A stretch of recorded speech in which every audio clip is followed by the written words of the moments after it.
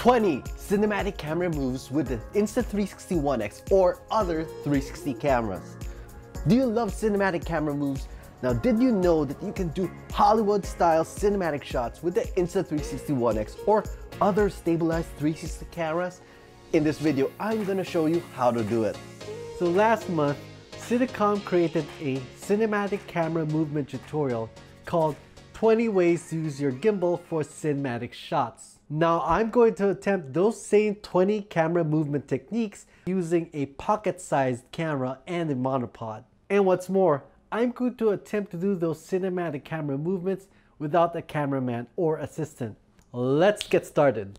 Move number one is what Cinecom calls a travel in or out. Basically, the cameraman just carries the gimbal toward or away from the subject. Now I can do that too with a stabilized 360 camera, but I can also do it without a cameraman. I just put my camera on a monopod, then I bring the camera toward or away from me.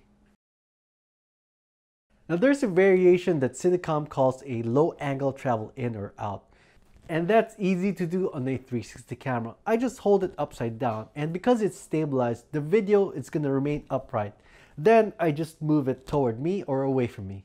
Move number two is the roll plus travel. This is like a travel in, but the cameraman rolls the camera as they are moving in. On a 360 camera, the technique is exactly the same as for a travel in. I don't have to roll the camera. Instead, in post-processing, I just use keyframing to roll the video as quickly or as slowly as I want, and I can do it all in one take. No cropping needed. Move number three is a parallax slider shot. In this shot, you have a foreground object. Then you carry your gimbal and move it sideways like you're strafing. With a 360 camera, I like to place the monopod over the foreground object and I use it as a pivot point. Then I pull or push the monopod to swing the camera to create a parallax effect using the foreground object. By the way, this channel is all about 360 and 3VV cameras. If you want to learn more about this exciting new way to shoot your videos, hit subscribe and don't forget to hit the notification bell. Move number four is the circular parallax. In this shot, the cameraman walks around the subject in a circle while keeping the subject exactly in the middle of the frame. Now this is a lot harder than it looks because you have to walk in an almost perfect circle to make the parallax effect look convincing. But on a 360 camera, it is super easy. All I have to do is hold the monopod in front of me and then I turn around slowly.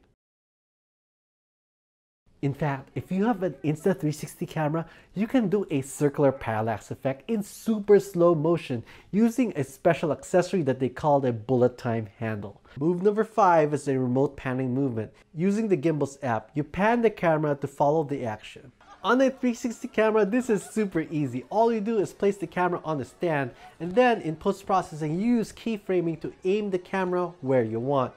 In fact, you can even aim it at two different directions at the same time. If you want to learn how to do that with free software, check out this tutorial. Move number six is more of a tip for smoother gimbal shots. To avoid bobbing up and down, walk heel to toe with bent knees, or use a skateboard or a desk chair. With the 360 camera, the technique is a little different. Just hold the monopod lightly, don't hold it with a death grip. Hold it loosely and it will act like a shock absorber. Move number seven is the pedestal shot. In this shot, you start out with a low angle and then the camera rises to eye level. On a 360 camera, I just hold the camera at a low angle and then I tilt it gradually upward toward eye level. It looks very dramatic, but it's super easy.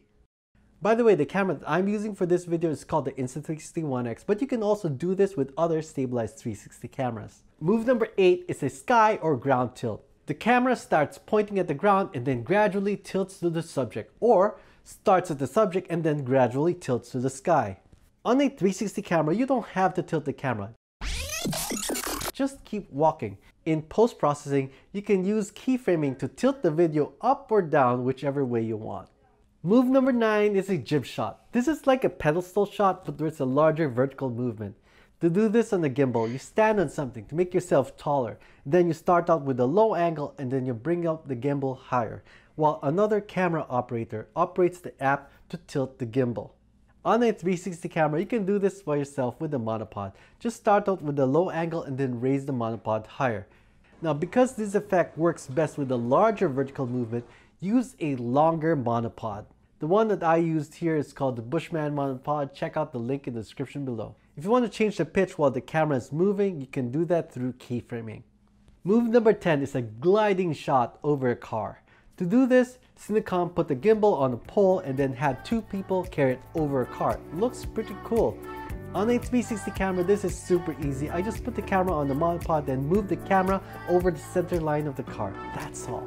By the way, you can get the Insta360 One X with a free second generation invisible selfie stick using the link below.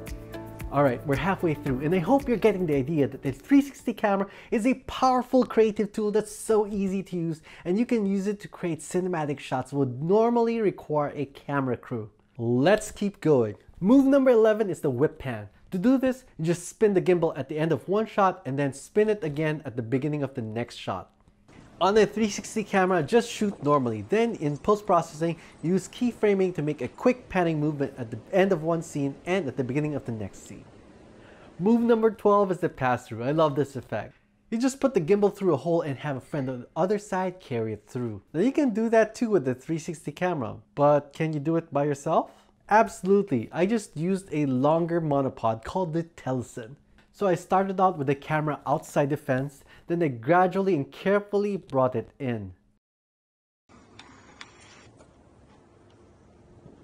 Now when you bring the camera in, be careful not to hit the lens. I like to turn the camera so that the lenses are away from the sides that are closest to the camera. Move number 13 is a sky transition. At the end of one scene, you point the camera and gimbal at the sky while spinning, and then you do the same at the beginning of the next scene.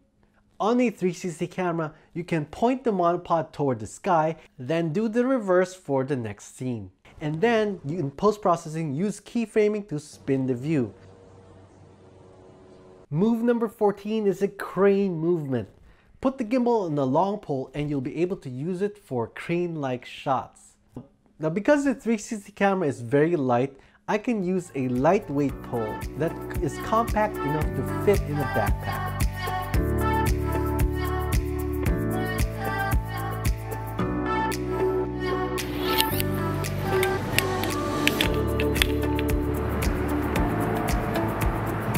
Move number 15 is a clone shot. With the gimbal, you take several shots and you rotate the gimbal at the same speed each time, moving the subject in each shot. With a 360 camera, you also take several shots, but you don't have to rotate the camera. In post-processing, we use masks to combine the videos, then we use keyframing to pan the camera.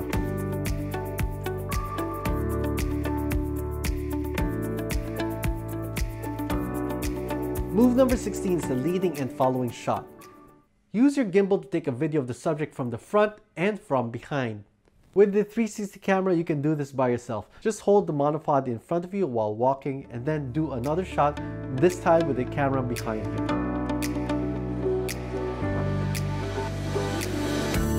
Move number 17 is the walkover shot. On the gimbal, the subject walks over the gimbal while the gimbal operator uses the app to point the gimbal upward as the subject walks over it. Now with the 360 camera, this was super easy and fun to do. All I used was this mini tripod. I just attached it to the 360 camera, then I used it to lay it on the side. So the legs kind of like prevented the 360 camera from falling over. This lets me shoot at a very low angle. Then I just walked over the camera. You can do it all in one take. Move number 18 is to pass the gimbal. Now I can do that with the 360 camera too, but this is one move that I can't do myself since the whole point of the technique is to pass the camera. Move number 19 is a wire cam. Just put the gimbal on a wire cam. This is a lot easier on a 360 camera because the 360 camera is so much lighter than the camera with a gimbal. And it's even easier when you use the wire-wound remote controlled wire cam.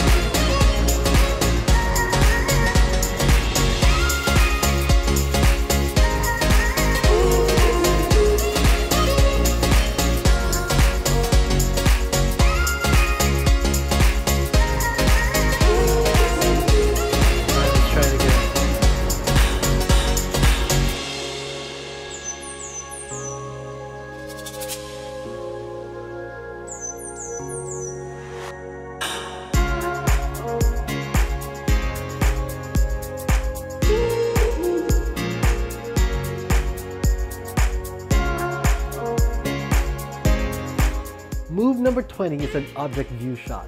To show the point of view of an object, just stick it onto the camera while moving the gimbal. Now you can do this on the 360 camera exactly the same way. Just stick the object to the 360 camera.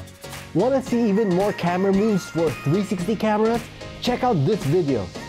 Or do you want to see how a 360 camera looks like with bungee jumping? Check out my Insta360 One X review now. Or do you want to learn how to edit 360 videos? Then click on this video. Thanks, and I'll see you in 360.